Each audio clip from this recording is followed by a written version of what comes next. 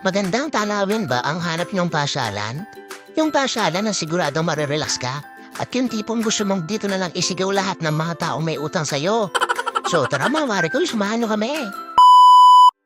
Kamusta mga Marikoy? So andito na naman ang inyong Maring Pinky. So for today's video, for tagala na naman tayo today. Kasama nga para namin si Charme.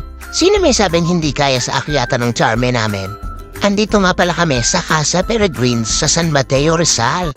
With 50 pesos entrance nga pala sila. O diba entrance pa lang kinabog na? So pagpasok namin etong viewings na to bumuhad sa amin. Sino ba naman hindi mapapasigaw dito sa ganda? Yung tipong lahat ng umutan sa'yo isisigaw mo na dito ang pangalan. Charing lang, yung gusto mo lang naman ipahinga yung isip mo sa stress, sa pagod, sa trabaho. Kaya para sa akin, perfect na to mga Marikoy. Maraming spot na pwedeng-pwede kang mag-picture.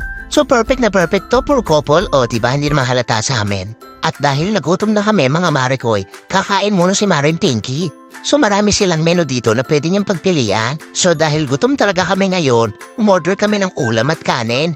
Kaya our order for today is bulalo and kare-kare. Merienda at saka hapunan na yan para isang kain na lang. Dahil kailangan natin ipanalo ang goal natin. For the gala, hindi for the gastos. So mga Marikoy, ayan nga pala yung itsura niya pag gabi na. Bukas na ang iglaw nila. So diba nakaka-relax talaga kahit gabi. Hahabol lang kami ng picture dito mga Marikoy. Dahil malapit na rin mag-dilim, so pag nag-dilim na yan, hindi na natin kita ang viewings.